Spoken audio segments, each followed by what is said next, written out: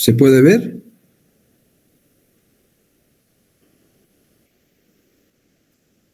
No se ve justamente por eso. A ver un ratito entonces.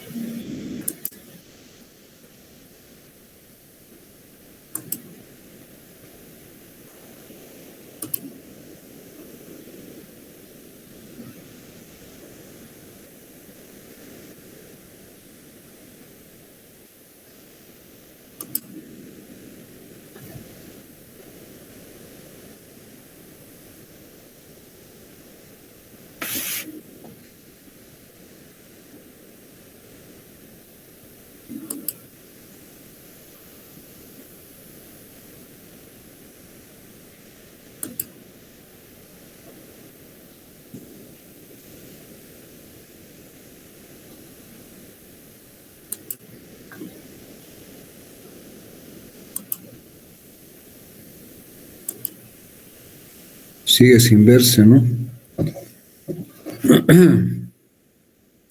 Sí, doctor, sigue sin verse.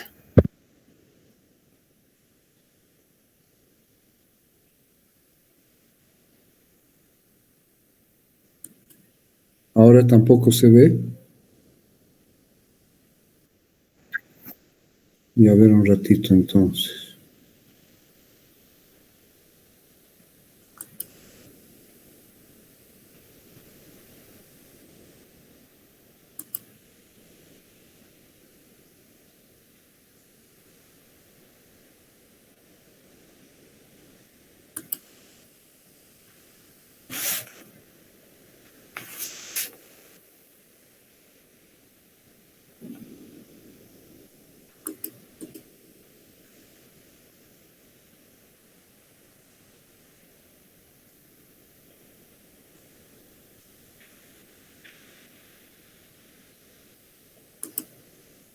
Ahora creo que sí. ¿Ahora se ve?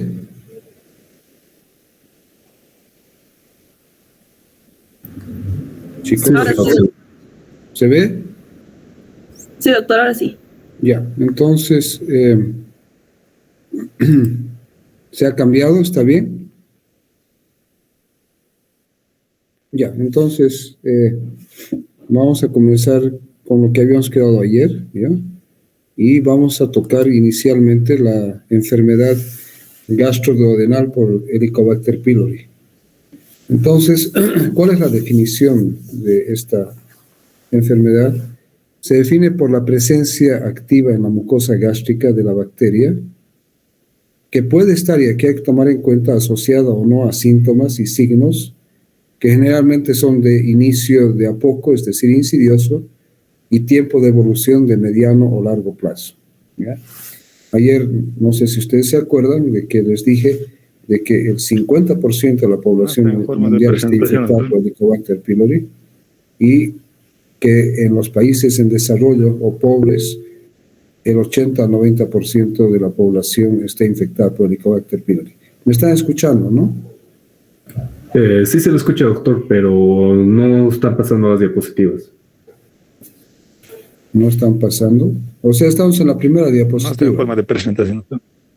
Eso, se ve solo la diapositiva 56 con todo lo que sea la interfaz del PowerPoint, pero no está cambiando nada. A ver, entonces vamos a tener que ir de esta manera, ¿no? No hay otra. ¿Ah? Ahí se puede ver las diapositivas. Sí, sí. Pero es que veremos, a ver, vamos a hacer una prueba. ¿Pasa o no pasa? Ahora sí cambió, doctor. Sí pasa, doctor. Sí, es que ese es el problema que tengo. No sé por qué. Entonces vamos a tener que hacerlo de esta manera, ¿ya? Aunque no esté en modo de presentación, ¿no? Lo vamos a tener que hacer de esta manera, no hay otro, ¿ya? ¿Está bien? ¿Se puede ver bien, pero? Chicos, ya. Entonces, definición, define por la presencia activa en la mucosa gástrica de la bacteria, es decir, de Helicobacter pylori, asociada o no a síntomas y signos de inicio generalmente insidioso y tiempo de evolución de mediano a largo plazo.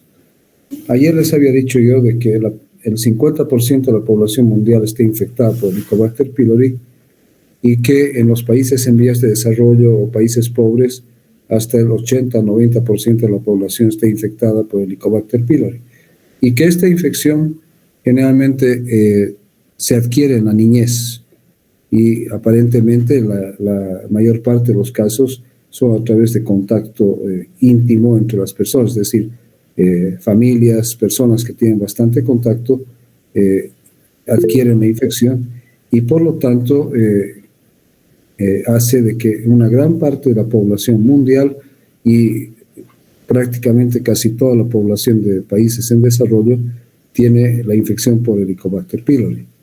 Ahora, la presencia de Helicobacter pylori, o sea, la infección de Helicobacter pylori en las personas, no necesariamente quiere decir que estas personas, todas ellas van a desarrollar enfermedad gastroduodenal. ¿Ya? Entonces hay personas con infección y que no tienen ningún tipo de enfermedad gastroduodenal. ¿Ya? Entonces pueden ser sintomáticas y pueden ser asintomáticas. Y cuando se tornan sintomáticas, generalmente el curso de la enfermedad es lento, ¿no? Es insidioso y el tiempo de evolución ha de ser a mediano o largo plazo.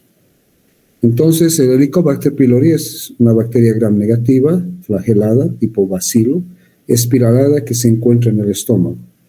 En nuestro país, la infección por Helicobacter pylori se adquiere predominantemente en la niñez y en general es así, pero en los países en vías de desarrollo como el nuestro sí ocurre durante la niñez.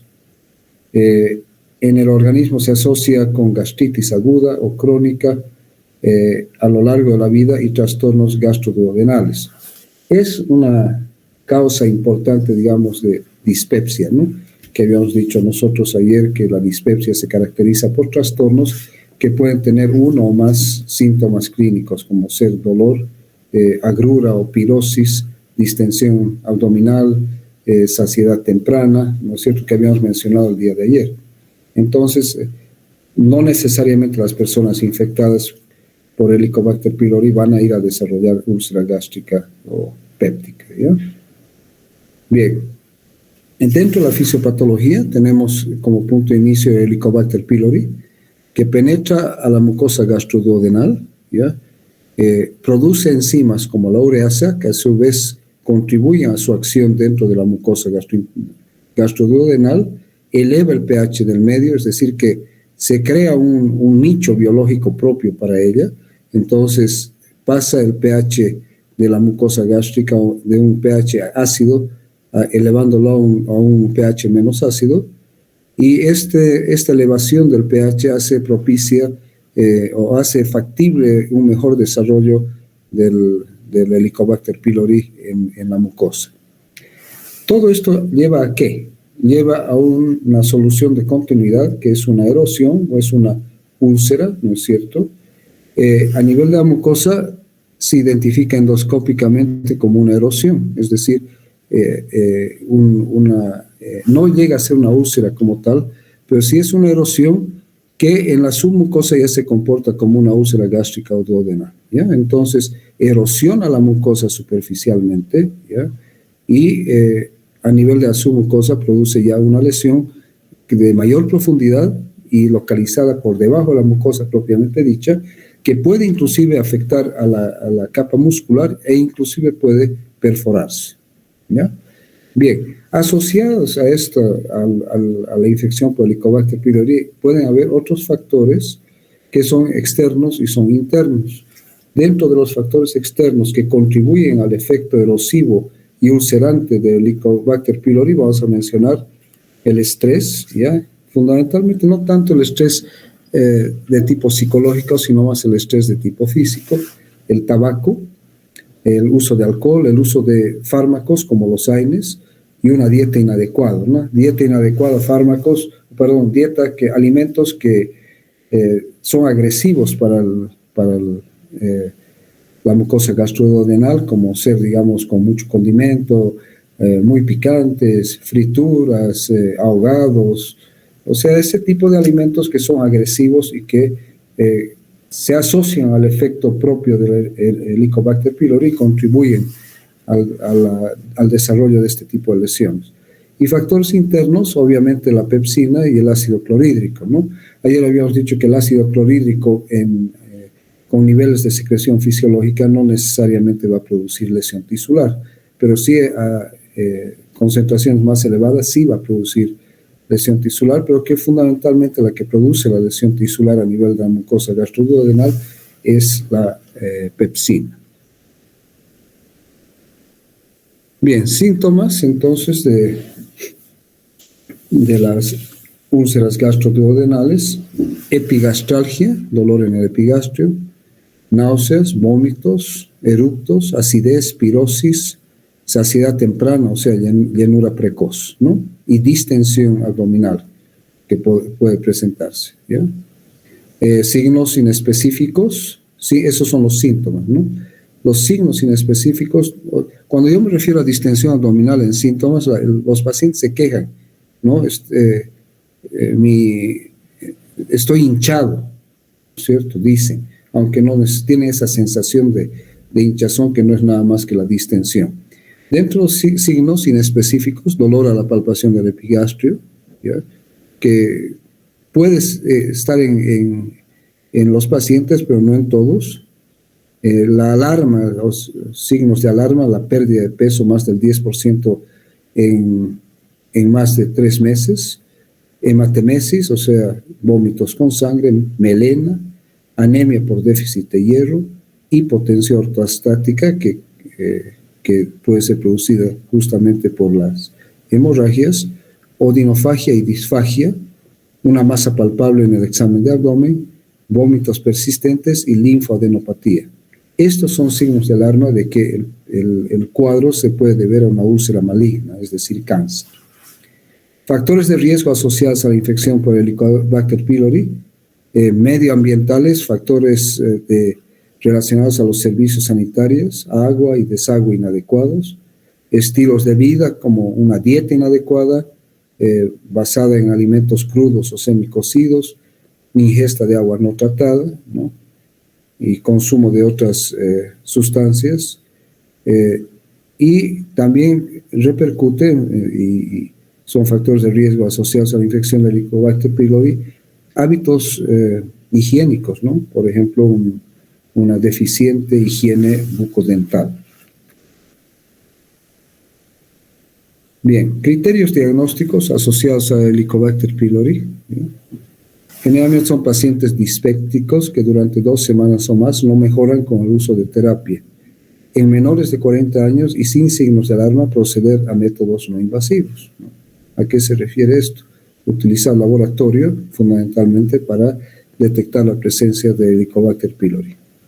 Ahora, en pacientes sintomáticos con endoscopía alta diagnóstica menor de 2 años, o sea, pacientes que en la endoscopía han sido diagnosticados con gastritis crónica o erosiva, proceder a medios de diagnóstico no invasivos, como también, en este caso, los laboratoriales como test de aliento, ¿ya? Entonces, en ambos casos, ¿no es cierto?, que no tienen mayores signos de alarma y que en el segundo caso, pacientes a los cuales se ha realizado una endoscopía alta diagnóstica en un tiempo menor a 2 años, realizar laboratorios en pacientes que tienen síntomas, ¿no? En pacientes con antecedentes de úlcera gastroduodenal o cáncer gastroduodenal, proceder a métodos diagnósticos invasivos, es decir, proceder directamente a endoscopía digestiva alta con la toma de biopsias para su respectivo estudio histopatológico, ¿ya? Además complementados con laboratorios no invasivos como el test de aliento, ¿ya? Entonces, el test de aliento que va a detectar la presencia del amonio recurrente de la producción de ureasa por el Helicobacter pylori es un test diagnóstico específico y muy sensible para la detección del Helicobacter pylori, ¿ya? Bien, la relación del Helicobacter pylori como causa de enfermedad ulceropéptica, recordar que la mayoría de los pacientes están infectados con Helicobacter pylori, ¿no es cierto? Eso hemos dicho, o sea, la mayoría de los pacientes están infectados con Helicobacter pylori. Y aquí hay que hacer hincapié en eso. de que todo paciente con manifestaciones dispépticas, ¿ya?, o con sospecha clínica de úlcera péptica gástrica o duodenal, ¿no?, probablemente tienen presencia de Helicobacter pylori, ¿de acuerdo? Probablemente tienen, y por lo tanto uno asume de que la causa del problema del cual padecen está relacionada con la presencia de Helicobacter pylori. En el caso de la úlcera duodenal, se ve que hasta el 95% de los pacientes con úlcera duodenal tienen presencia de Helicobacter pylori, ¿ya? Y que en el caso de la úlcera gástrica, entre el 70 y 85 u 80 y casi 90% presentan la presencia de Helicobacter pylori, como promedio el 85%. Si nosotros sumamos los dos, ¿no es cierto?, vamos a llegar a la conclusión que aproximadamente el 90% de los pacientes, ¿no es cierto?, que tienen enfermedad úlcera péptica van a tener la presencia de Helicobacter pylori. Y solamente sería un 10% de los pacientes que presentan enfermedad ulceropéptica no tendrían Helicobacter pylori. ¿De acuerdo? ¿Qué importancia tiene esto desde el punto terapéutico? Podemos decir que en el 90% de los pacientes tenemos que utilizar terapia erradicadora del Helicobacter pylori, seguida de terapia cicatrizante de la lesión ulcerosa, ya sea gástrica o duodenal. Bien, ¿cómo se realiza el diagnóstico del Helicobacter pylori?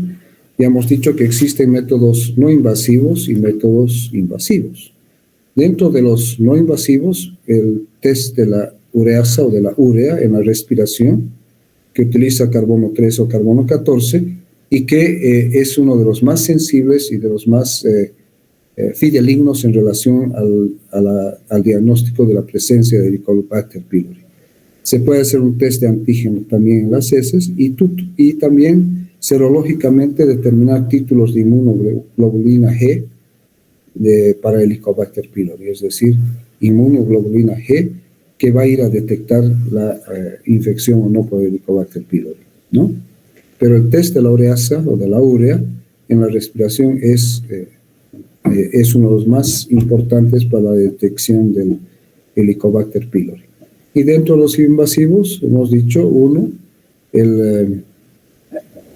la endoscopía digestiva alta, ¿no es cierto?, gastroduodenal, con la toma de una biopsia de la mucosa gástrica para detectar el Helicobacter pylori, y el test rápido de ureasa también, ¿ya?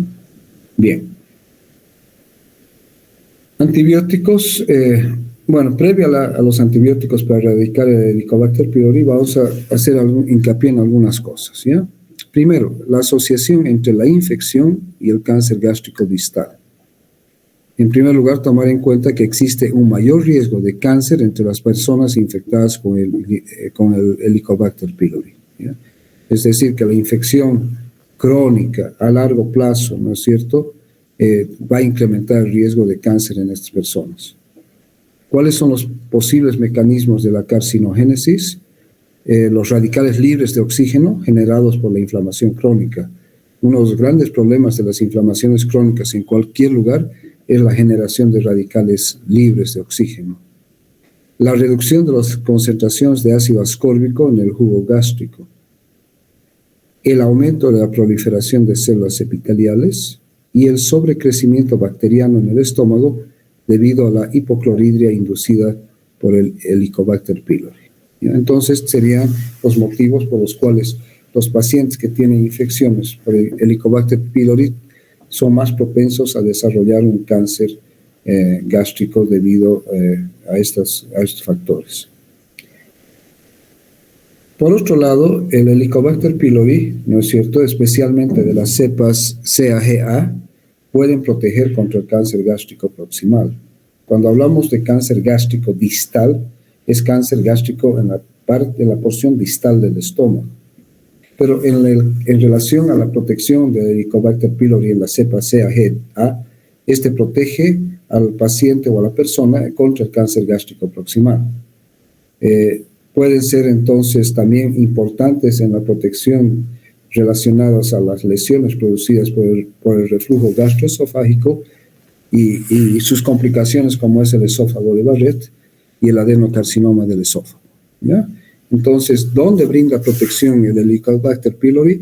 En la porción proximal del estómago, pero a nivel de la porción distal del estómago, más bien la infección por Helicobacter pylori aumenta el riesgo de cáncer en estas personas, o en las personas en general.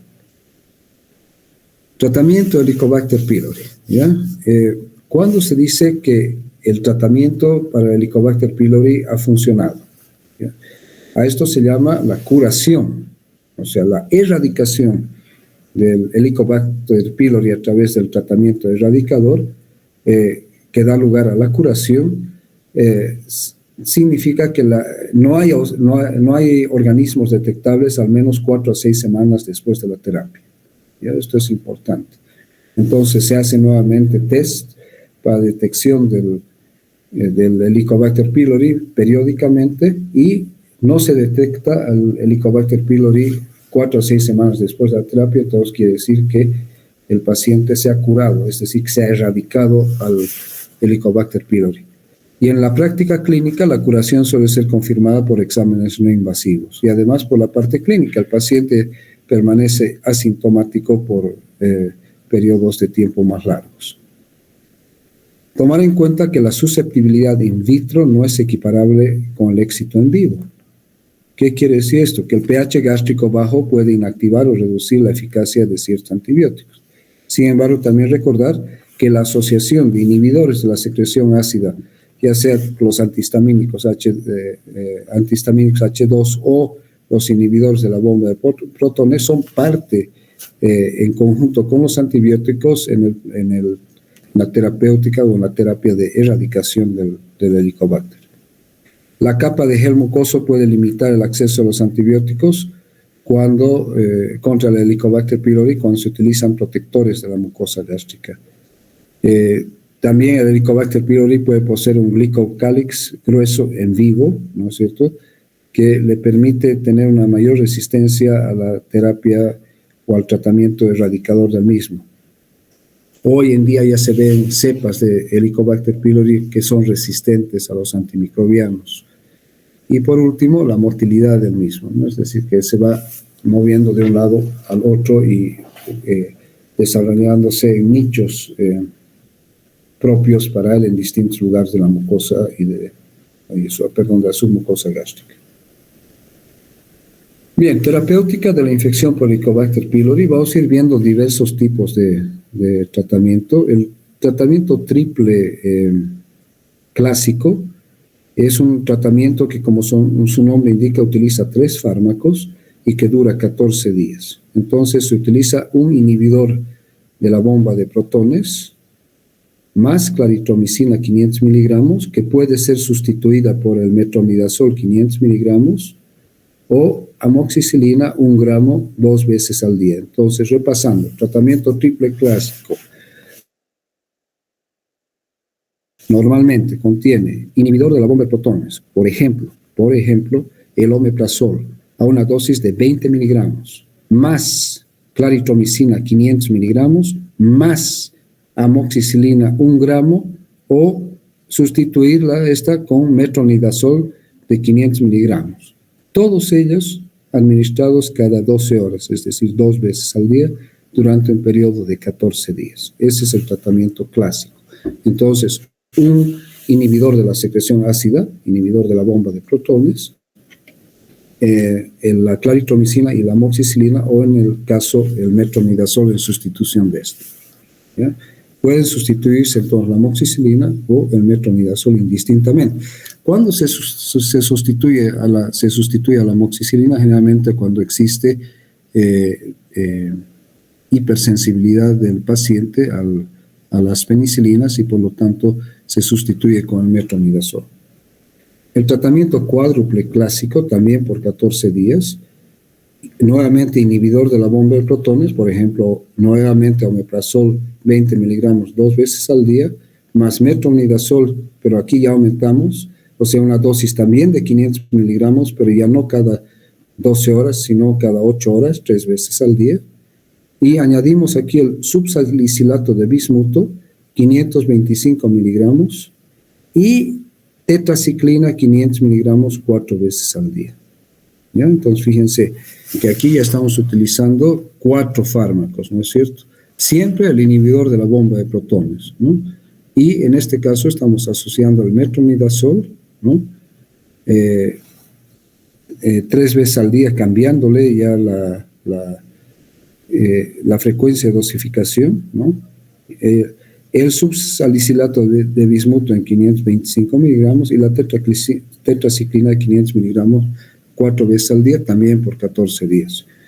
Ahora, en el tratamiento triple clásico, uno ya encuentra productos farmacéuticos que contienen los 3 juntos, es decir, el inhibidor de la bomba de protones, la claritromicina y la amoxicilina en un solo comprimido, ya administrado cada 12 horas, lo que facilita la adherencia y el éxito del tratamiento. ¿Ya? Ahora, en relación al tratamiento cuádruple, este ha sido el clásico.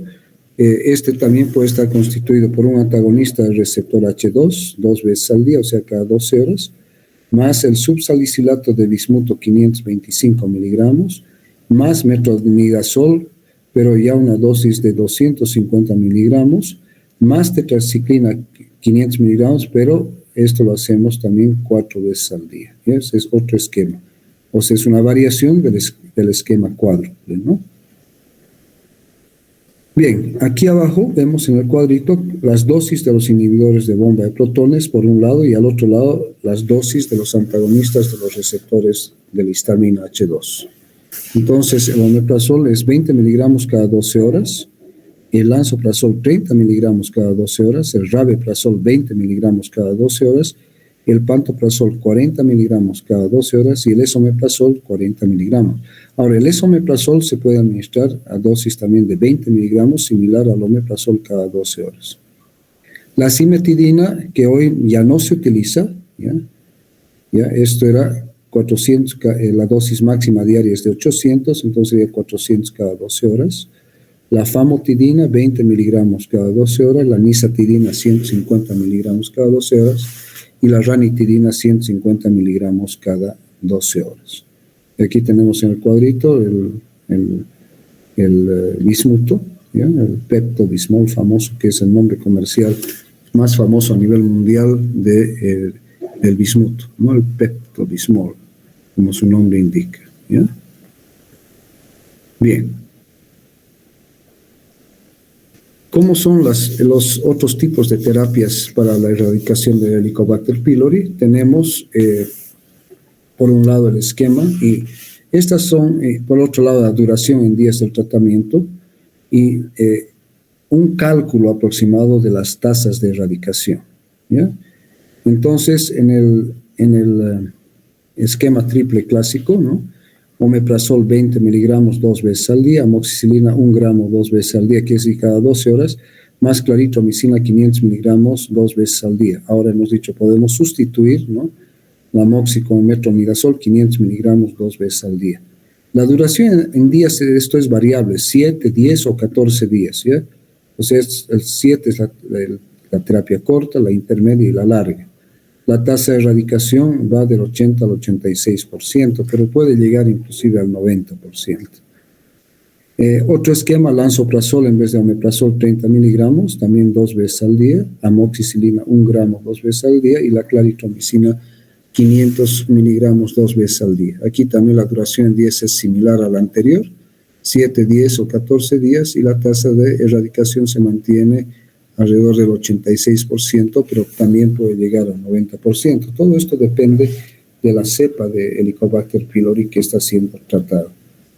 Otro esquema es el omeprazol 20 miligramos cada 12 horas, el subcitrato en este caso de bismuto 120 miligramos cada 6 horas, más el metronidazol 500 miligramos cada 8 horas, y la tetraciclina 500 miligramos cada 6 horas. Este es un esquema de tratamiento cuádruple, no el clásico, pero también cuádruple. La duración también en días variable y una tasa de erradicación más alta del 95%. Puede llegar hasta el 95% porque se ha añadido un antibiótico más. Generalmente este esquema de tratamiento se utiliza cuando el esquema triple clásico ha funcionado y de ahí la infección ha recidivado, es decir, que se ha vuelto a detectar la presencia del Helicobacter. Otro esquema de tratamiento es el subsalicilato de bismuto, pero aquí ya la dosis es de 525 miligramos, 4 veces al día, más amoxicilina 2 gramos 4 veces al día, más metronidazol 500 miligramos todos 4 veces al día. Tanto el bismuto, la amoxi y el metronidazol todas 4 veces al día, y el lansoprazol de 60 miligramos en una sola dosis, ¿no? Porque habíamos dicho que la dosis de lansoprazol viene a ser de 30 miligramos, ¿no es cierto? Entonces, en este caso, el tratamiento se denomina tratamiento corto. La duración en días del tratamiento es de una sola vez, o sea, de un solo día, ¿no? Y generalmente se utiliza en pacientes con dispepsia y úlceras con presencia de Helicobacter pylori. Entonces, un tratamiento corto. Aparentemente la tasa de erradicación también sería alta, ¿no? Inclusive mayor al 90%, llegando al 95%. Pero fíjense que son dosis altas, pero de un solo día, esa tal vez es la ventaja. Otro esquema de tratamiento es omeprazol 20 miligramos 2 veces al día. Este es el triple clásico de 14 días. Bien, está repetido nada más. Terapias cortas también de erradicación de Helicobacter pylori. Esta, por ejemplo, que está constituida por claritromicina, pero solamente 250 miligramos 2 veces al día. Amoxi, 1 gramo 2 veces al día. Metronidazol, fíjense, con solamente 400 miligramos 2 veces al día. Y el lansoprazol de 30 miligramos 2 veces al día. La duración de este esquema de tratamiento es de 5 días. Y también las indicaciones son la misma. Pacientes con dispepsia, ¿ya?, por 3 meses o más, o úlcera endoscópicamente diagnosticada con presencia de Helicobacter pylori, ¿ya? Las tasas de erradicación en este esquema de tratamiento de 5 días es también elevada, de 90% o más, ¿ya? Pero son terapias cortas. Ustedes se preguntarán y dirán, bueno, ¿y por qué tanta variación en los esquemas de tratamiento? Porque es muy variable la erradicación del Helicobacter pylori con diversos esquemas de tratamiento. No se olviden que el objetivo final es la erradicación del Helicobacter pylori. Es decir, la terapéutica del tratamiento de las úlceras pépticas gastroduodenales o gástricas o duodenales busca justamente en la primera fase la erradicación del Helicobacter pylori y en la segunda fase la cicatrización de las úlceras, ¿ya? Esas son entonces las cosas que uno debe considerar cuando uno se enfoca y se plantea objetivos en el tratamiento de la enfermedad ulceropéptica con presencia de Helicobacter pylori. Bien, otro tipo de terapia, ¿ya? La terapia secuencial. En este caso se utiliza lo que hemos estado hablando. Hemos sustituido aquí el omeprazol por el lansoprazol de 30 miligramos 2 veces al día. Luego la amoxicilina 1 gramo 2 veces al día. Aquí podemos utilizar ya el metronidazol o el tinidazol, que es un fármaco similar al metronidazol, a una dosis de 500 miligramos 2 veces al día. Y claro, esto se hace y claritromicina 500 miligramos 2 veces al día, más lansoprazol 30 miligramos 2 veces al día. Ahora aquí ustedes se preguntarán, hay una primera fase que está constituida solamente por el lansoprazol 30 miligramos 2 veces al día, más amoxicilina 1 gramo también 2 veces al día, con una duración de 5 a 7 días, primera fase. y luego la segunda fase que también dura de 5 a 7 días. En total sería, sumando ambas, de 10 a 14 días, donde utilizamos el metronidazol o tinidazol 500 miligramos 2 veces al día, más la claritromicina 500 miligramos 2 veces al día, y el lansoprazol lo mantenemos de 30 miligramos 2 veces al día. ¿Ya? Entonces, la población estudiada, pacientes con dispepsia por 3 meses más, o úlcera endoscópicamente demostrada y presencia de Helicobacter pylori. La tasa de erradicación es de alrededor del 90%, es alta. La terapia concomitante, ¿ya? Inhibidor de bomba de protones cada 12 horas, más amoxicilina 1 gramo cada 12 horas, más claritromicina 500 miligramos cada 12 horas, más metronidazol o tinidazol 500 miligramos, que en realidad viene a constituirse entonces una terapia cuádruple, ¿ya? Pero que en alguna bibliografía ustedes van a encontrarla con el nombre de terapia concomitante, que su duración en días también es de 7, 10 o 14 días. Las indicaciones son o la población estudiada en pacientes con dispepsia por 3 meses o úlcera endoscópica demostrada y presencia de Helicobacter pylori. La tasa de erradicación también alrededor del 90%. Y la terapia híbrida, que se divide en 2 fases de 7 días cada una, ¿ya? La primera fase está constituida por lansoprazol 30 miligramos 2 veces al día, más amoxicilina 1 gramo 2 veces al día por 7 días, seguida de lansoprazol 30 miligramos 2 veces al día, más amoxicilina 1 gramo 2 veces al día, más claritromicina 500 miligramos cada 12 y metronidazol 500 miligramos cada 12 horas también, por otros 7 días. ¿Ya? Las indicaciones son las mismas y la tasa de erradicación también se mantiene en 90% o más, que puede llegar al 95%. ¿Ya? Entonces aquí tenemos un resumen nada más, ¿ya? De algunas de las terapias, donde está la terapia triple, que ya la hemos mencionado, la terapia cuádruple tradicional o clásica, la terapia secuencial, ¿ya? Que esa es la que tiene 2 fases de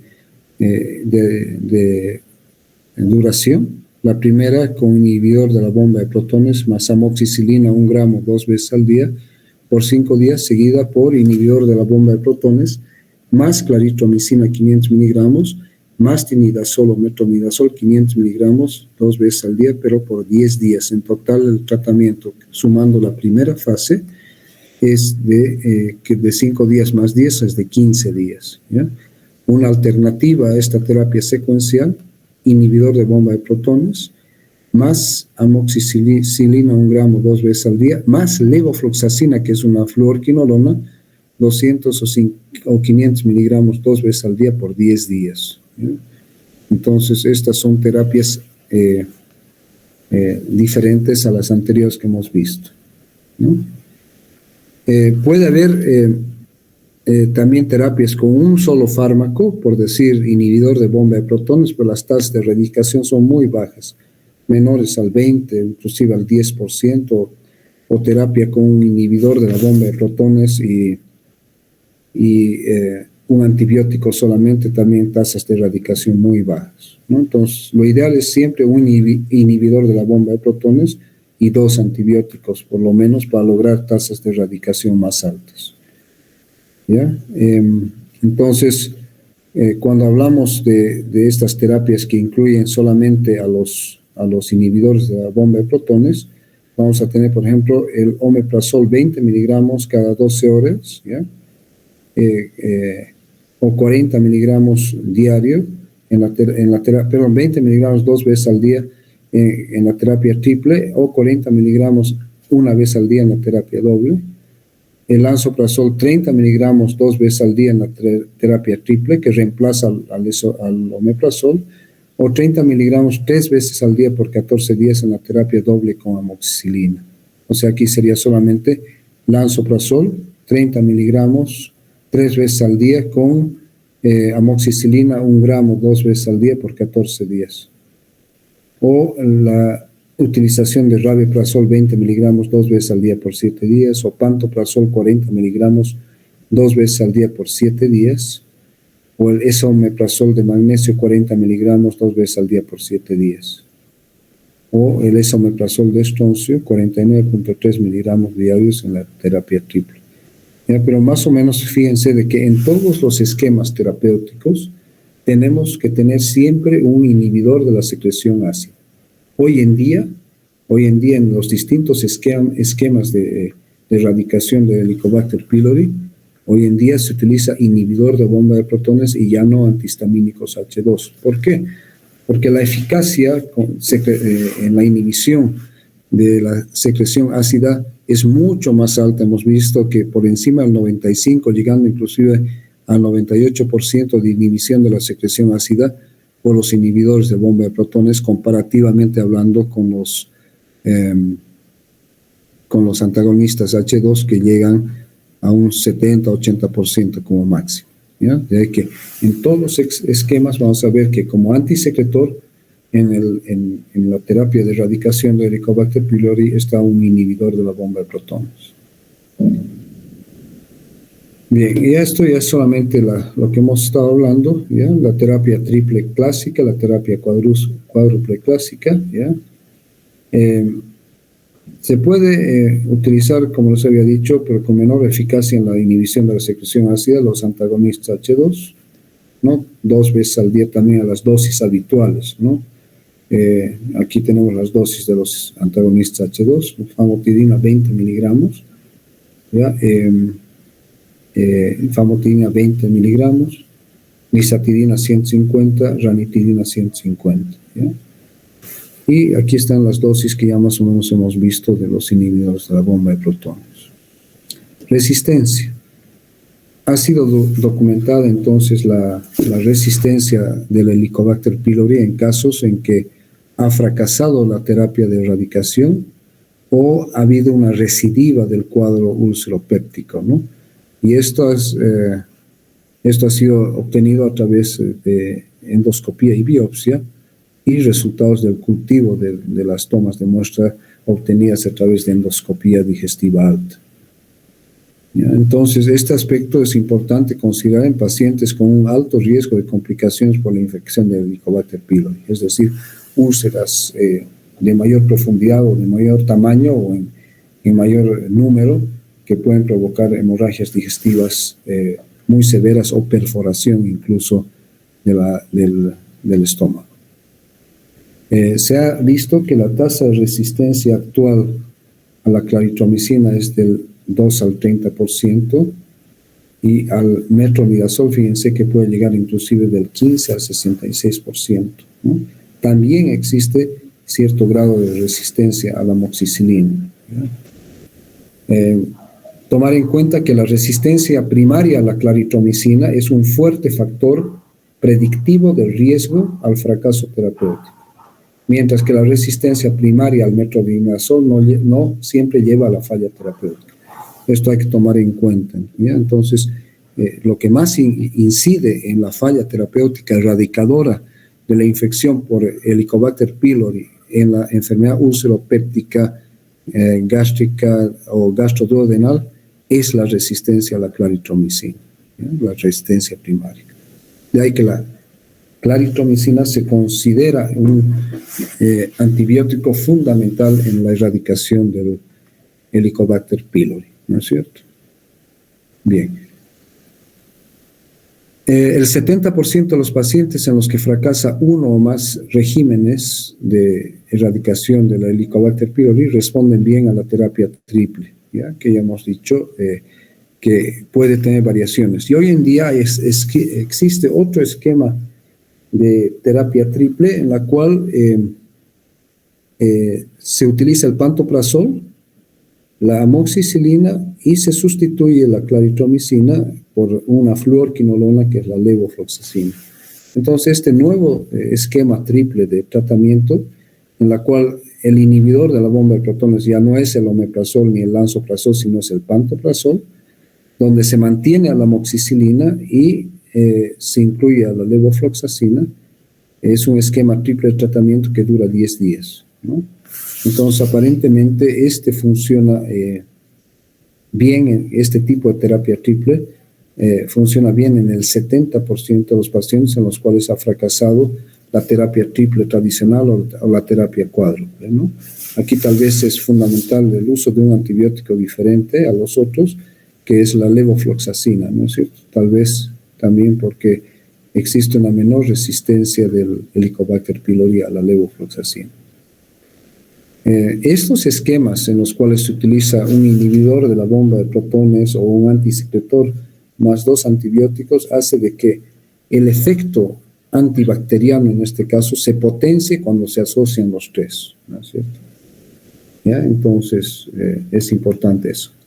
Un metaanálisis de la literatura actual sobre la resistencia al tratamiento de Helicobacter pylori muestra el beneficio de usar terapias cuádruples, incluyendo también la claritromicina más ranitidina en el caso de que utilicemos antagonistas H2, más bismuto más amoxicilina, ¿no es cierto?, 2 veces al día, como también la combinación de inhibidores de bomba de protones a dosis estándar por 10 días, más bismuto, más metronidazol y más tetraciclina, ¿no? Fíjense entonces que son terapias, ¿no?, que utilizan 3 antibióticos más un inhibidor de la secreción ácida, en este caso un antagonista H2 y aquí un inhibidor de la bomba de protones, ¿no?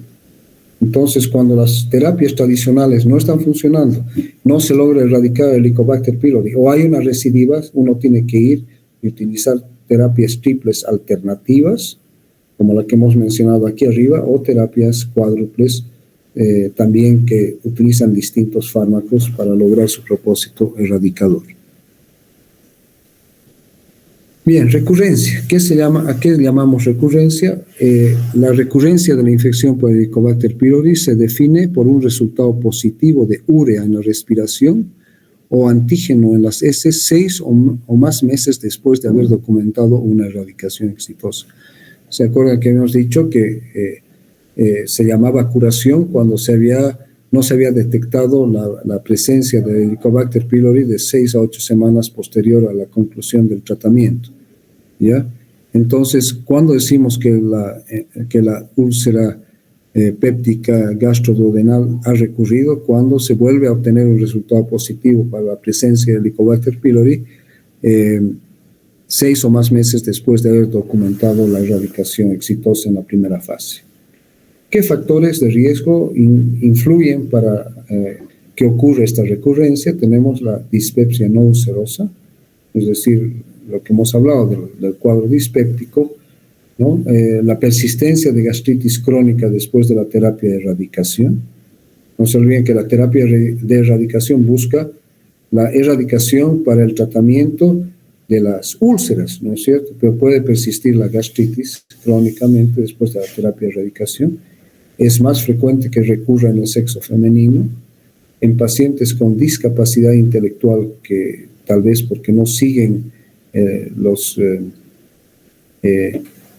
ciertas conductas y hábitos y costumbres que deben seguirse para evitar de que vuelva la infección. La edad juvenil, tal vez por la poca madurez y el accionar propio de esta edad. La alta tasa de infección primaria, eso también es importante. ¿Cuál es la concentración bacteriana en las infecciones? ¿No? Porque algunos pacientes pueden tener mayor cantidad de Helicobacter pylori que otros, y valores altos en el test de urea en la respiración, ¿ya? Valores altos indican que existe más infección por Helicobacter pylori y por lo tanto es más probable que se pueda erradicar en una primera fase, pero que haya una recurrencia donde esta ocurre por la presencia de estos factores de riesgo. ¿Cuál es el test para documentar la erradicación? Debe ser confirmada después de terminar el tratamiento. Los exámenes no invasivos, como el test de la ureasa en la respiración, es el test de preferencia. Hemos dicho que es muy sensible, es específico para detectar la presencia del Helicobacter pylori y se debe realizar de 4 a 8 semanas después de completar la terapia, ¿no? Eso habíamos dicho antes, de 4 a 6, pero de 4 a 8 semanas después de completar la terapia. No es que digamos hoy día concluimos con la terapia y mañana nos hacemos un test para determinar la presencia del Helicobacter. Tiene que hacerse 4 a 8 semanas, ¿sí? Si la úlcera recurre después de la terapia de erradicación, debe investigarse más cuidadosamente la reinfección o el fracaso en la erradicación, realizando pruebas de infección activa, por ejemplo, examen histológico mediante una endoscopía digestiva alta y la toma de biopsia, y cultivo, junto con pruebas de sensibilidad a los antibióticos. Entonces hay que ver, de repente hay una resistencia, ya sea a la claritromicina o a la amoxicilina o a ambos, o al metronidazol, que están haciendo de que hay esta recurrencia de la infección y por lo tanto del cuadro úlcero péptico, gástrico y o duodenal. ¿Ya? Bien, entonces con esto concluiríamos esta parte de la enfermedad ulceropéptica. ¿Ya? Hemos visto toda la parte farmacológica y los distintos esquemas de tratamiento. Recordar que existen dos fases justamente en el tratamiento de la enfermedad ulceropéptica gastroduodenal. La primera fase es de erradicación del Helicobacter pylori, que hemos visto que hay terapias desde 1 día, 5 días, 7 días, 10 días y 14 días, que son las más largas, ¿ya?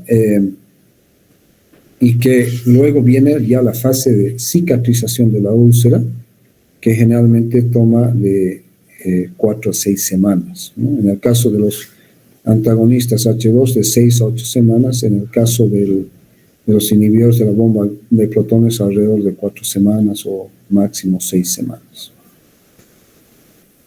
Bien, antiácidos. Ahora vamos a la parte farmacológica ayer habíamos visto que de los fármacos antisecretores, y ya habíamos visto protectores de la mucosa, ¿no es cierto?, como el supralfato y el bismuto, y también habíamos visto los análogos de las prostaglandinas. Entonces vamos a continuar viendo los antiácidos, ¿ya? Durante muchas décadas el único tratamiento disponible para la enfermedad acidopéptica fue la neutralización del ácido gástrico con antiácidos, a pesar de la escasez de estudios controlados que documente su eficacia.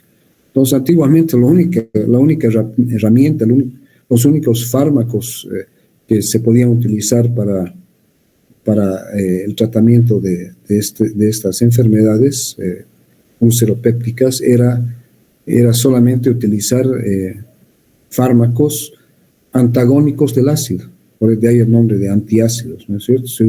Se unen al ácido y lo neutralizan, ¿no es cierto?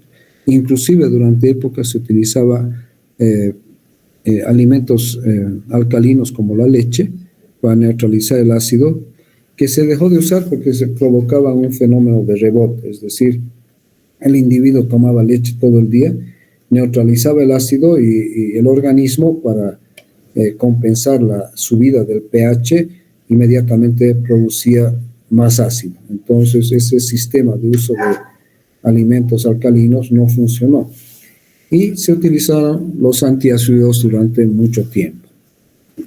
¿Qué son los antiácidos? Son compuestos inorgánicos que neutralizan el ácido de forma inmediata y poco duradera, ¿no? Son antagonistas, se unen al ácido y lo neutralizan, ¿no es cierto? Son muy utilizados en la automedicación de síntomas relacionados con el ácido. Inclusive existe publicidad en la televisión, en la radio, en los medios escritos, en los medios digitales, de antiácidos para utilizar en los trastornos dispépticos fundamentalmente. La combinación de magnesio y aluminio en el mismo preparado permite una acción rápida y sostenida y carece de efectos adversos importantes, y son recomendados únicamente los antiácidos no absorbibles. ¿Qué quiere decir? Que de preferencia no se debe utilizar el bicarbonato de sodio, porque el bicarbonato es absorbido y puede provocar trastornos hidroelectrolíticos, ¿no? ¿Me están siguiendo, no, chicos, chicas, o no?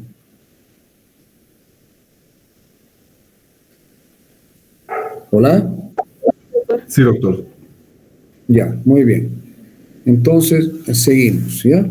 Bien. Entonces, los antiácidos, ya, recordar esto, le estoy recomendando esto, y esto no solamente porque lo dice la literatura, sino yo también, de que no se debe utilizar antiácidos tipo el bicarbonato, porque este se absorbe y va a producir trastornos hidroelectrolíticos o de otro tipo, ¿ya? Y bien, desde el punto de vista químico, generalmente son sales de cationes, monovalentes de sodio, divalentes de magnesio o calcio y trivalentes de aluminio. Fundamentalmente, la mayor parte de los antiácidos combinan el magnesio con el aluminio, ¿ya? ¿Cuál es el mecanismo de acción?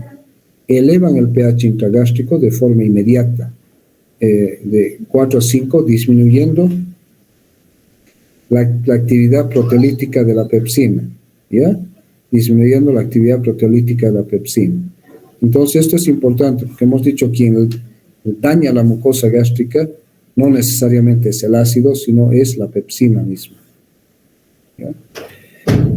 Dentro de su farmacodinámica, considerar que los antiácidos son bases débiles que reaccionan con el ácido clorhídrico gástrico para formar cloruros, agua y dióxido de carbono. Estos son los productos que recurrentes de la combinación del antiácido con el ácido clorhídrico, ¿ya?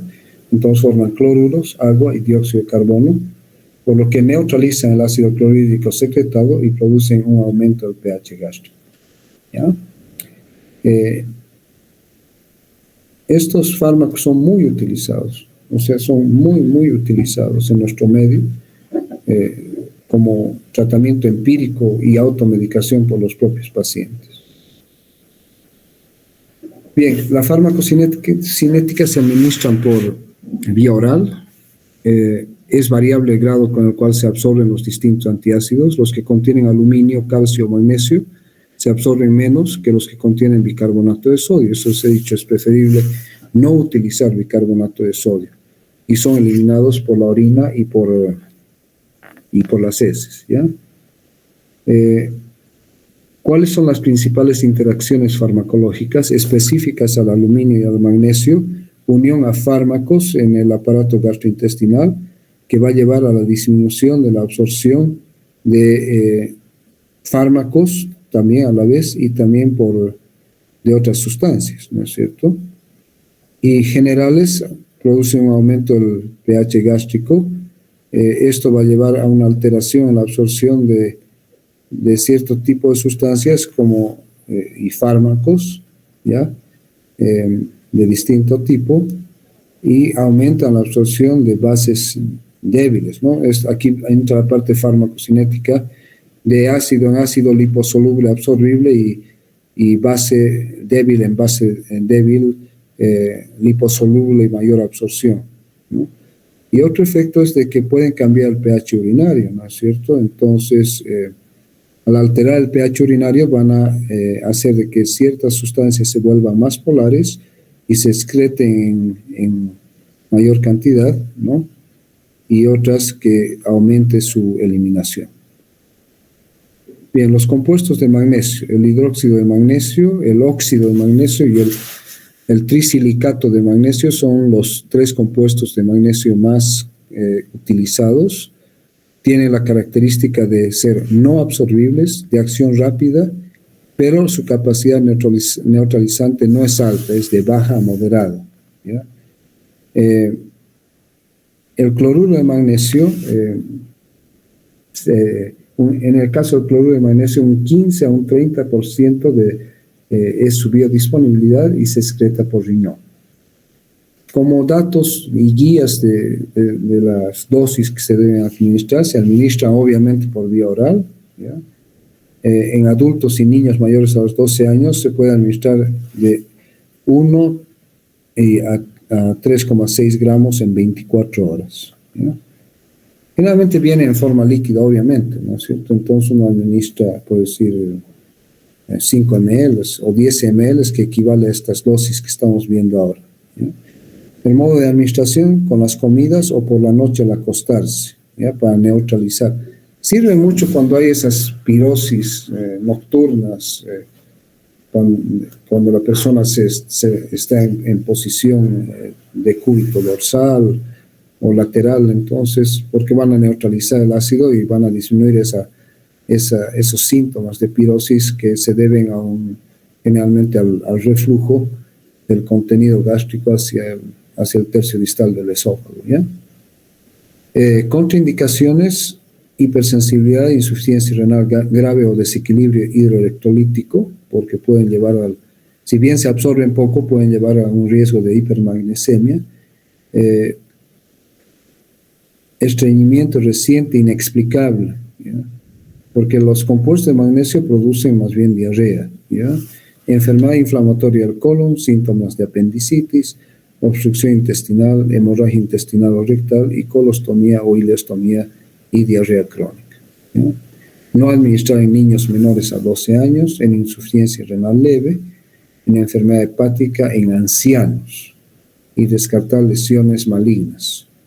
No se deben utilizar por más de 5 días o solamente en razón a la necesidad, es decir, 1 o 2 veces porque uno está con pirosis, agrura o acidez, ¿ya? De preferencia no administrar en insuficiencia hepática porque puede haber un riesgo de hipermagnesemia y aquí se deben monitorizar los electrolitos, ¿ya? En el embarazo se pueden utilizar, pero a dosis terapéuticas, ¿ya? No se deben utilizar por largos periodos de tiempo, hemos visto, por pocos días o a razón de necesidad, es decir, cuando estemos incomodando mucho esta agrura, ¿no?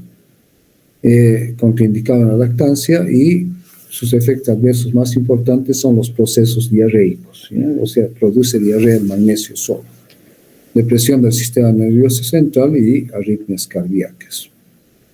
Los compuestos de aluminio, ¿ya? El hidróxido de aluminio y el carbonato de aluminio son los más conocidos y los más utilizados. Su capacidad neutralizante es moderada, ¿ya? El cloruro de aluminio se utiliza en una relación de 17 a 30% de combinación. Se administran también por vía oral, como yo les decía, en forma líquida de 5 a 10 ml de suspensión, ¿no es cierto? Generalmente se deben usar entre 1 a 3 horas después de los alimentos, ¿ya? Entonces no utilizar antes, sino 1 a 3 horas después de los alimentos, ¿ya? No utilizar contraindicados también las mismas que en el otro caso, hipersensibilidad insuficiencia renal grave, hemorragia gastrointestinal o rectal, obstrucción intestinal, apendicitis, hilo paralítico, impactación fecal, Alzheimer, porque estos, a diferencia de los compuestos de magnesio, estos van a producir constipación. Evitar su uso prolongado, ¿no es cierto? Y en ancianos, no es recomendado en niños menores a los 6 años. Hay un riesgo de hipofosfatemia, de osteomalacia, osteoporosis y fracturas si la dieta es baja en fósforo. Tener cuidado en pacientes que tienen diarrea, mala absorción o trasplante renal, y obviamente en pacientes con estreñimiento, deshidratación, restricción de líquidos, porfiria, etc. Hemos dicho, estos antiácidos es mejor utilizarlos a razón de necesidad, en 1, 2 o 3 dosis, pero no por muchos días, ¿no es cierto? Y es más que a nivel mundial son muy consumidos, como les digo, mediante la automedicación de los pacientes, ¿no? Reacciones adversas poco frecuentes, estreñimiento, y pueden provocar diarrea. Es más comúnmente que produzcan estreñimiento. Entonces, hemos visto los antiácidos de magnesio producen diarrea y los de aluminio constipación. Entonces, la asociación de ambos, es decir, de antiácidos de magnesio con antiácidos de aluminio, una combinación buena, van a anular el efecto constipante del uno y el efecto diarreico del otro, entonces no van a producir ni diarrea ni constipación, ¿ya? El bicarbonato de sodio, solamente para recordar rápidamente, su acción es rápida, ¿ya? Está en esos productos Chaquitabs, en Alka-Seltzer, en distintos productos que uno utiliza generalmente cuando siente manifestaciones de dispepsia, ¿ya? Su efecto es rápido, ¿ya? Son neutralizantes del ácido, genera cloruro de sodio y dióxido de carbono, que va a dar lugar a flatulencia, pero lo que es más importante es que su absorción puede dar lugar a alcalosis metabólica con alcalinización de la orina, ¿no? Se usa, por ejemplo, el bicarbonato de sodio en la intoxicación por aspirina cuando queremos facilitar la eliminación de la aspirina en los casos de intoxicación, alcalinizando la orina, ¿ya? Se administran también por vía oral en distintas dosis, ¿ya? Pueden venir en forma de, generalmente vienen en polvos, ¿no? Mezclados con enzimas digestivas, ¿no? Entonces, una cucharadita de polvo mezclado en un poco de agua, 1 hora o 1 hora y media después de las comidas, cuando hayan molestias digestivas tipo dispépticas, ¿no? Tener mucho cuidado en insuficiencia cardíaca, insuficiencia renal, hipertensión arterial, cirrosis, ¿ya? Yo de preferencia no lo utilizaría, sí a razón de necesidad, o sea, por decir, una dosis del bicarbonato de sodio cuando uno tenga esas manifestaciones digestivas luego de comidas muy abundantes o copiosas, o haber ingerido algunos alimentos muy condimentados o muy picantes, ¿no? Dentro de las reacciones adversas, en embarazo no se recomienda, en lactancia tampoco, y dentro de las reacciones adversas, hipertensión arterial, edema, alcalosis metabólica, síndrome de leche álcali, es lo que ellos decían, ¿no es cierto? Baja la acidez gástrica, pero inmediatamente por un fenómeno de rebote aumenta drásticamente la producción de ácido, ¿no? Bien. El carbonato de calcio. Este sí tiene una elevada capacidad neutralizante, ¿ya? Genera cloruro de calcio y dióxido de carbono, pero estos dos van a provocar estreñimiento y flatulencia, ¿ya? También como indicación terapéutica, tratamiento a corto plazo de la acidez o reflujo ácido en sujetos mayores a 16 años. Nuevamente, ¿no? El uso de esto debe ser a razón de necesidad, ¿ya? La dosis por vía oral, calcio carbonato más magnesio hidróxido más famotidina, fíjense esa mezcla, ¿no? Que viene en dosis de 800, 165 y 10 miligramos respectivamente cuando el paciente está sintomático. Contraindicado en insuficiencia renal grave, utilizar con precaución insuficiencia hepática, en el embarazo también de preferencia no utilizarse, en la lactancia tampoco, ¿ya?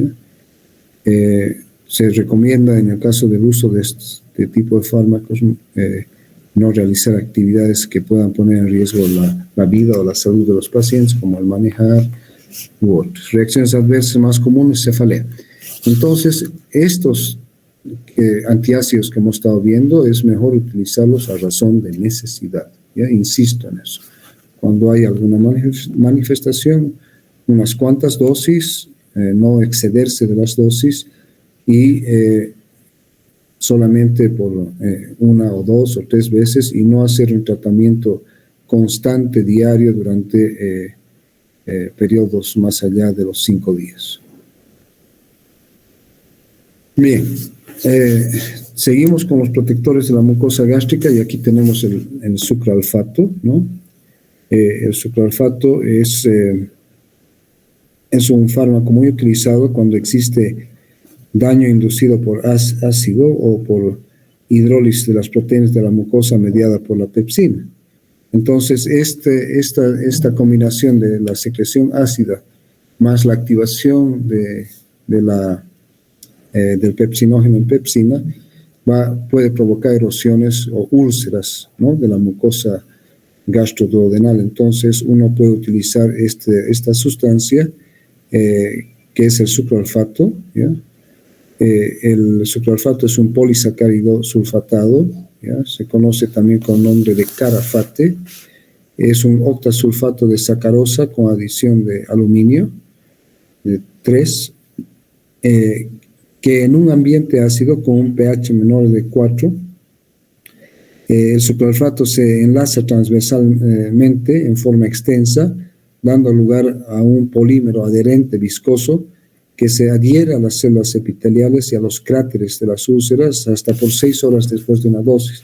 es decir, que forma una película, un gel protector adherido a los lechos erosionados y a los lechos de las úlceras, pero también en toda la mucosa gástrica, cuando se administra en pHs ácidos, ¿no es cierto? Por eso pHs menores a 4.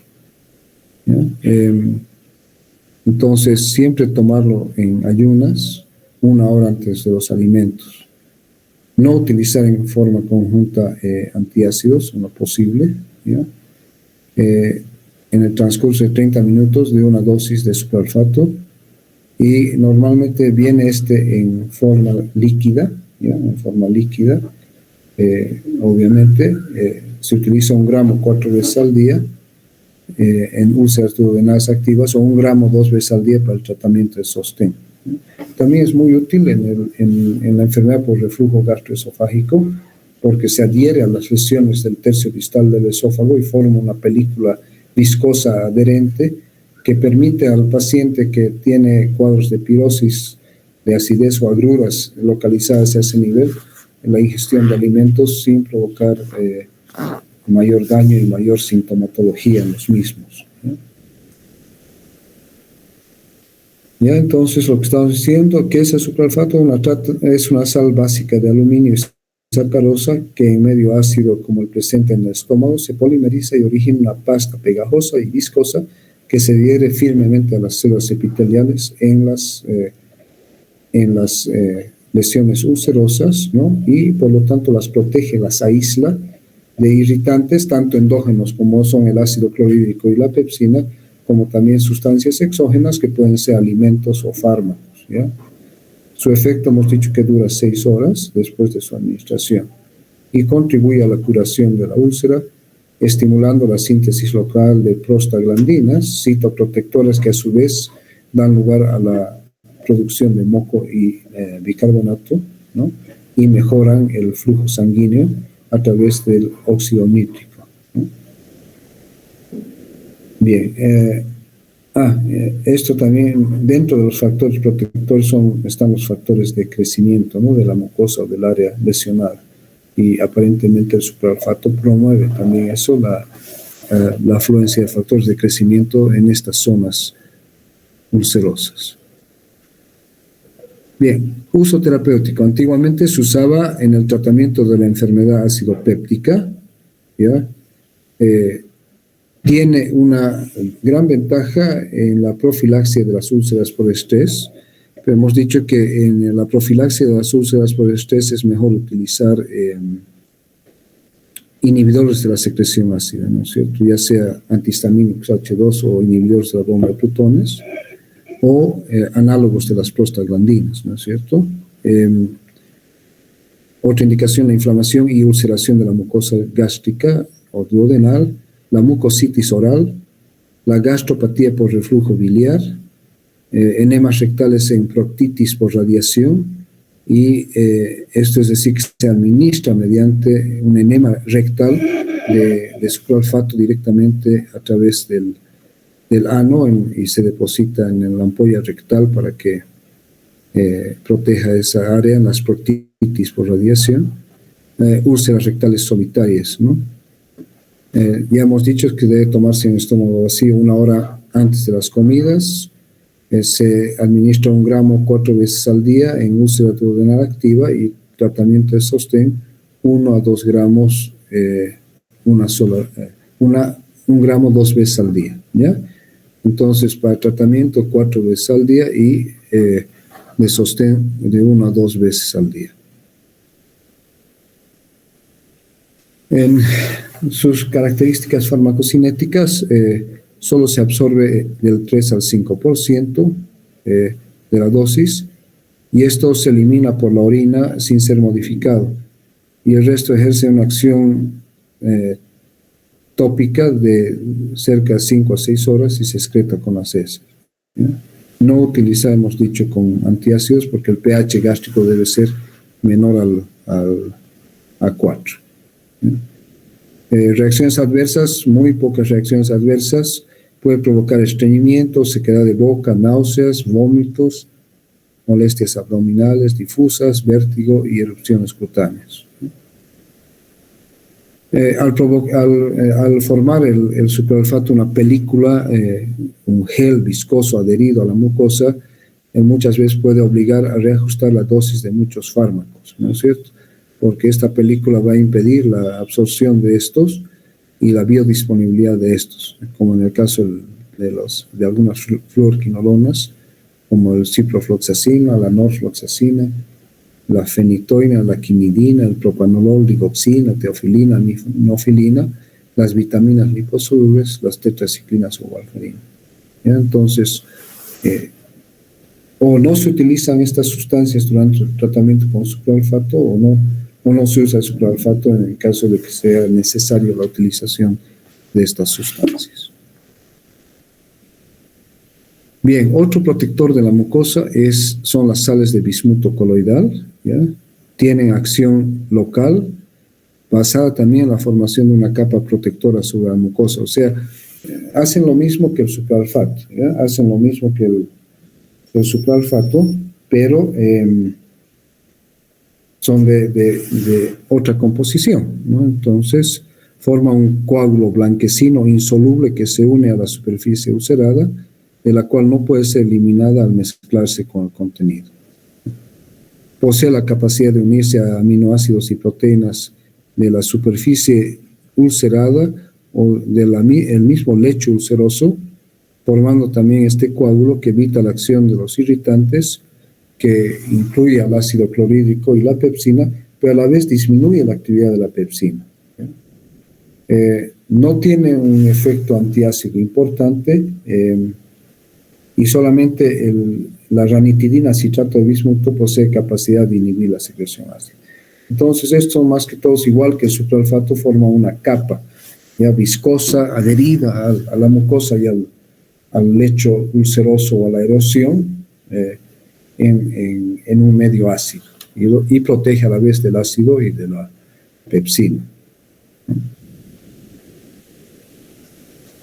Otra característica del bismuto es de que posee una actividad bactericida frente a algunos gérmenes patógenos del aparato gastrointestinal y entre esos el Helicobacter pylori, porque hemos visto, ¿no?, ya el bismuto en algunos de los esquemas erradicadores del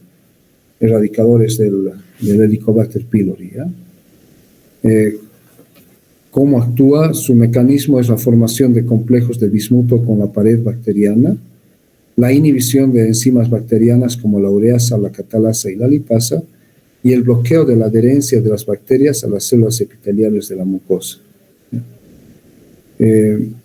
No se debe utilizar en forma individual para el tratamiento erradicador del Helicobacter pylori, sino siempre asociado a un inhibidor de la secreción ácida y a otros antibióticos, ¿no? Pero sí se utiliza como un protector de la mucosa de efecto tópico, ¿no es cierto?, al igual que el supralfato. Se administra por vía oral, solo el 1 al 2% del bismuto es absorbido, la mayor parte se elimina con las heces, ¿ya? Se une a las proteínas y su concentración oscila entre 10 y 20 nanogramos por litro, ¿ya? Ahora, otro dato importante farmacocinético es que su vida plasmática es de 5 días y alrededor del 97% del total absorbido se excreta en la orina, ¿ya? Pero recordad que solamente el 1 al 2% del bismuto es absorbido, ¿ya? Otra cosa importante es que en el riñón alcanza valores 10 veces superior al hígado y los huesos, ¿ya? Y puede dar lugar su administración por vía oral y dar lugar a heces de color oscuro que puede también darse en las mucosas de la boca con un color negro de la mucosa bucal, por lo cual se indica que una vez que se ha administrado el bismuto, el paciente debe enjuagarse la boca, en realidad la cavidad bucal y la orofaringe con la utilización de agua, ¿no es cierto? Reacciones adversas e interacciones, escasos efectos secundarios, ¿no? Más que todo el cambio en la coloración de las heces y de las mucosas, ¿no? No usarlo también, al igual que otros, de forma prolongada en pacientes que tienen insuficiencia renal o durante el embarazo, ¿no? Sin embargo, ese producto que les mostré al iniciar esta clase, les mostré frascos con un contenido rosado, ¿no es cierto? Es uno de los más utilizados a nivel mundial. En Estados Unidos el nombre comercial de Pepto-Bismol es extremadamente común. Se lo adquiere sin recetario en cualquier farmacia o en cualquier droguería que está en los mostradores, ¿no? En forma líquida generalmente, pero también en comprimidos masticables. Bien, ahora vamos a ver, ya estamos cerca de concluir, o sea que un poquito más de paciencia, ¿ya? Vamos a concluir a las 7:30 tal como lo hicimos anoche, ¿ya? Los antiflatulentos, la simeticona y la dimeticona, de estos el más conocido, la simeticona, son sustancias insolubles, inertes, no tóxicas, producen un colapso de las burbujas y forma una capa delgada en el tracto gastrointestinal. Y a la vez son antiespumantes eficaces y se utilizan combinado con otros fármacos para tratar la acidez, el síndrome de colon irritable, la distensión abdominal, el meteorismo y la flatulencia, ¿ya? Está en muchos productos. La simeticona tiene la característica, como decíamos aquí, de que colapsa las burbujas de aire y por lo tanto disminuye la distensión intestinal en los pacientes. Y viene combinado con otros fármacos que se utilizan en trastornos digestivos. Generalmente pueden ser combinados con antiácidos o combinado también con enzimas digestivas, ¿no? Entonces, colapsa las burbujas de aire, forma una espuma, ¿no? Que se convierte entonces en un agente tensoactivo, ¿ya? Y funcionan bastante bien en el reflujo gastroesofágico. Generalmente viene en la forma de comprimidos, ¿ya? Combinados o no, con que contienen unos 40 miligramos de simeticona por comprimido. Y la dosis es de 40 miligramos a 125 miligramos por día. Generalmente se lo utiliza no en forma terapéutica habitualmente, es decir, en ciertos horarios, sino también por razones de necesidad, ¿ya? Y generalmente cuando hay manifestaciones de excesivo gas en el aparato digestivo. Procinéticos son, como su nombre indica, aquellos fármacos que estimulan el movimiento intestinal, ¿ya? Entonces son fármacos capaces de mejorar el tránsito del bolo alimenticio a través del tubo digestivo, aumentan la motilidad o mejoran la coordinación motora. ¿A qué se refiere cuando hablamos de mejoran la coordinación motora? Es que promueven la contracción del músculo liso intestinal y la apertura de los esfínteres, ¿no? ¿Ya? Entonces se contrae, se abre el esfínter, ¿no es cierto? Avanza, se contrae el otro segmento, se abre el esfínter y así fundamentalmente, ¿ya? ¿Cuál es el objetivo fundamental del uso de estos? Aliviar los síntomas digestivos supuestamente debidos a alteraciones en la actividad motora, ¿ya? Promueven el vaciamiento y la motilidad del intestino fundamentalmente. Dentro de estos tenemos el grupo de las benzamidas, donde están la metoclopramida, que es uno tal vez de los procinéticos más utilizados, pero también está el cisapride y menos conocido el cinitapride. Pero de estos el más conocido, el más utilizado probablemente sea la metoclopramida y en segundo lugar el cisapride.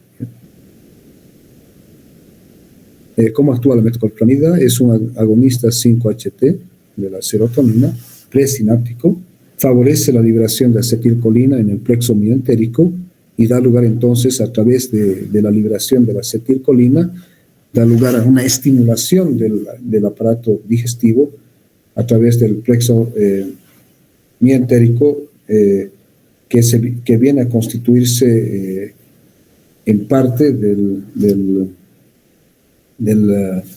funcionamiento del aparato intestinal, ¿no? El gastrointestinal. ¿Ya? Es un antagonista dopamínico 2, da efectos sobre el sistema nervioso central, pero poco relacionados con la actividad procinética, ¿ya? Y puede tener un efecto antagonista sobre el receptor de la serotonina 5-HT3, relacionada con sensaciones dolorosas, reflejos motores y vómito, ¿ya? Entonces, es también importante como produciendo un efecto de no solamente de procinético, no, sino de alivio del dolor relacionado a los espasmos que dan lugar a dolor de tipo cólico. El cisapride es más potente que la metoclopramida, no posee acción antidopamínica 2, ¿ya? Sus dosis de 0,2 a 0,4 miligramos cada 8 a 12 horas, ¿ya?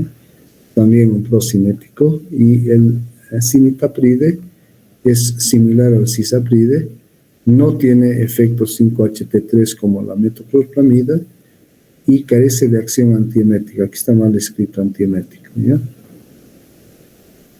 Bien, entonces de aquí tomaríamos en cuenta que el más utilizado dentro de los procinéticos que favorece el vaciamiento gástrico, ¿ya? Y que es muy utilizado es la metoclopramida. Muchos productos con genéricos y no genéricos que contienen metoclopramida.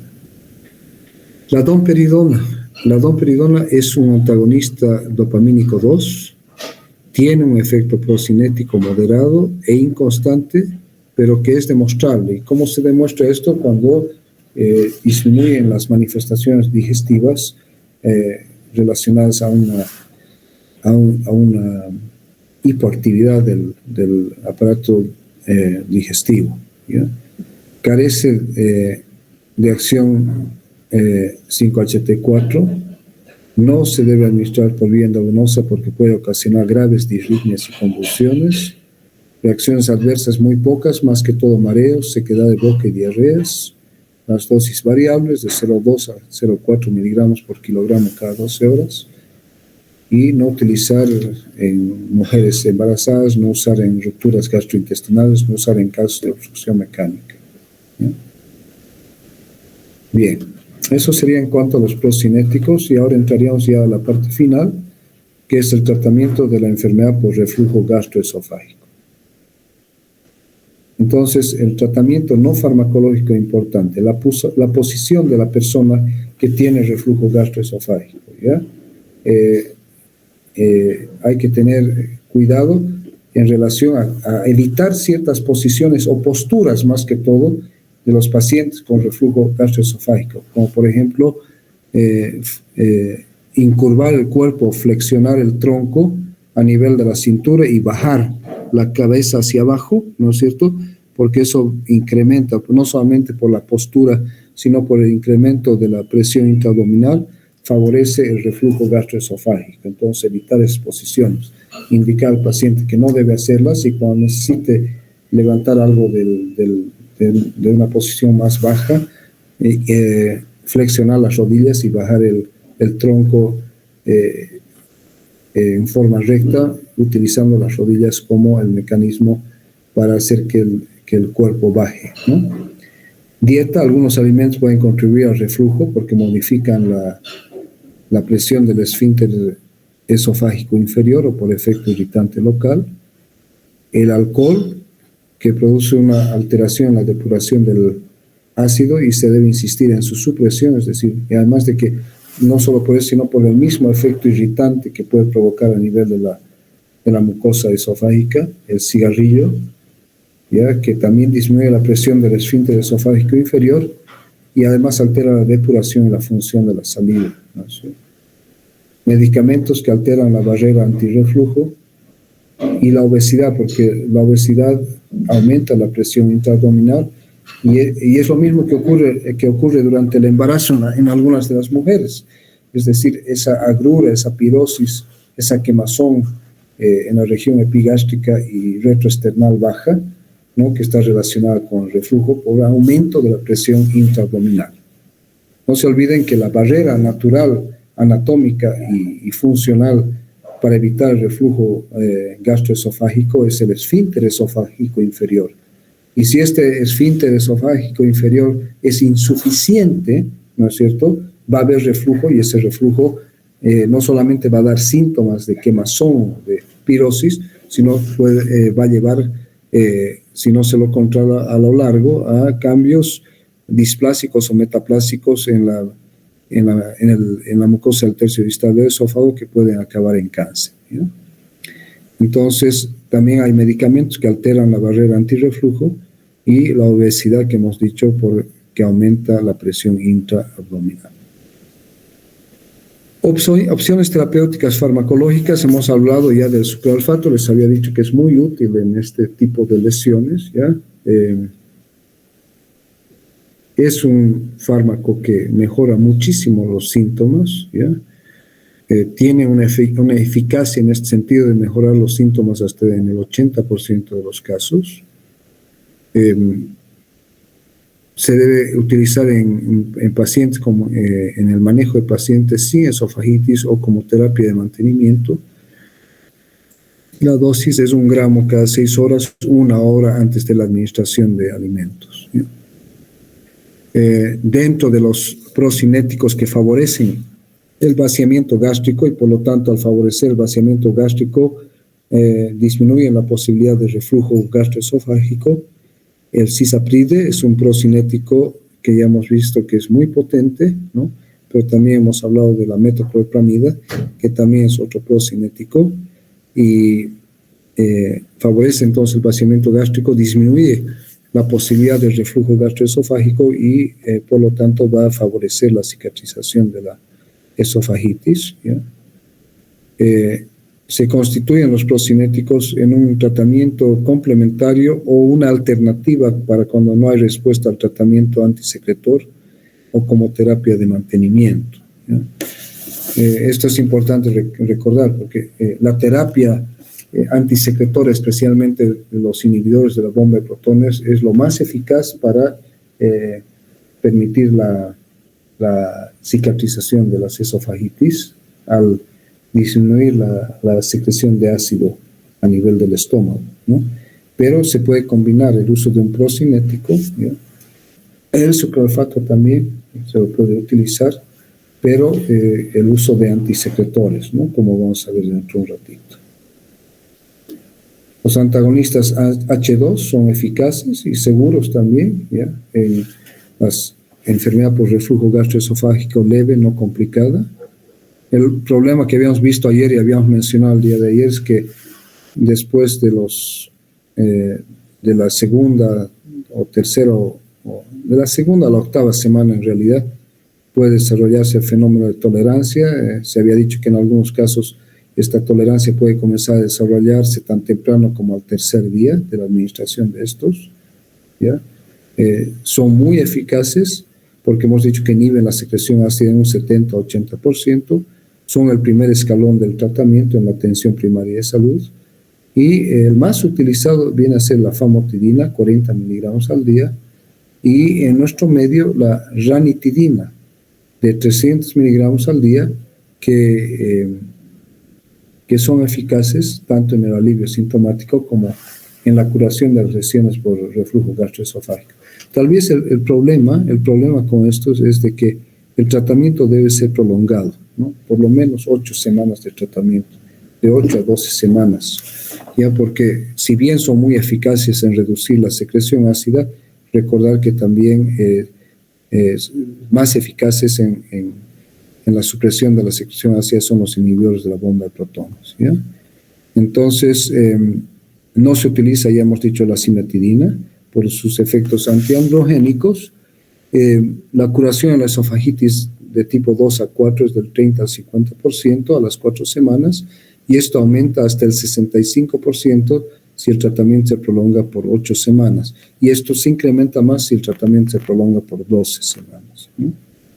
De 8 a 12 semanas, que es largo, pero bien. Los inhibidores de la bomba de protones, que tal vez son los fármacos de elección para la enfermedad por reflujo gastroesofágico tienen una mayor remisión, una mayor rapidez en la remisión de los síntomas, menor incidencia de las recaídas tras el cese del tratamiento, ¿ya? Las tasas de curación de la esofagitis son significativamente mayores porque obviamente que su eficacia para inhibir la secreción ácida es extremadamente alta, ¿no? Y por lo tanto las tasas de curación son más rápidas que utilizando antihistamínicos H2. Sin embargo, una vez que se ha logrado la cicatrización de las lesiones, se puede dar continuidad al tratamiento, digamos, de sostén o sintomático cuando ocurre la ingesta de algún alimento que pueda provocar sintomatología esofágica. Se puede utilizar los antihistamínicos H2, ¿no? Entonces, los inhibidores de la bomba de protones, cualquiera de ellos, prolonga la inhibición de la secreción ácida, consiguiendo un rápido alivio de los síntomas.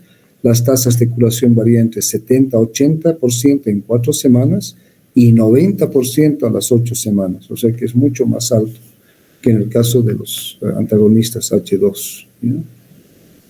Entonces, yo tal vez aquí sí les diría que si uno habla de enfermedad por reflujo gastroesofágico, el tratamiento de primera elección y más eficaz sería un inhibidor de la bomba de protones.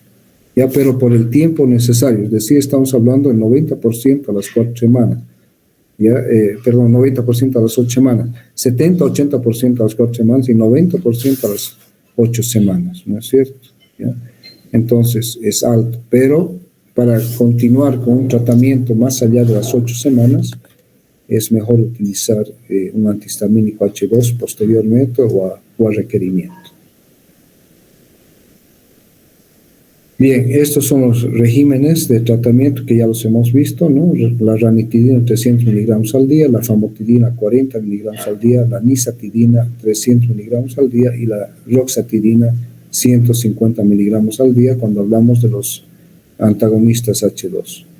Y cuando hablamos de los inhibidores de la bomba de protones, el omeprazol 20 miligramos al día, pero se puede incrementar a veces hasta 40 miligramos al día en el caso de esofagitis por enfermedad por reflujo gastroesofágico, el lansoprazol 30 miligramos que pueden aumentarse a 60, el pantoprazol 40 que puede aumentarse a 80, el rabeprazol 20 que puede incrementarse a 40 y el esomeprazol de 40 miligramos al día generalmente, porque la dosis del esomeprazol es similar a la del omeprazol de 20 miligramos 2 veces al día que puede incrementarse a 40. Bien, con esto hemos concluido esta parte del tema de digestivo, ¿no? Esto es lo que ustedes van a hacer en un futuro no muy lejano, ¿ya? Esperemos que sean médicos y médicas muy bien formados, altamente competentes en la especialidad o la subespecialidad que ustedes deseen seguir, ¿no es cierto? Y que sean destacados profesionales cuando ya estén formados. Bien, entonces aquí concluiríamos el tema del día de hoy. No sé si hay alguna pregunta, si tienen alguna duda, quieren que les explique algo o está todo claro.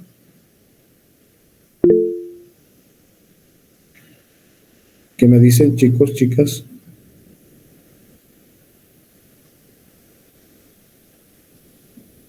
Estoy esperando. ¿No hay nada? ¿Está todo bien?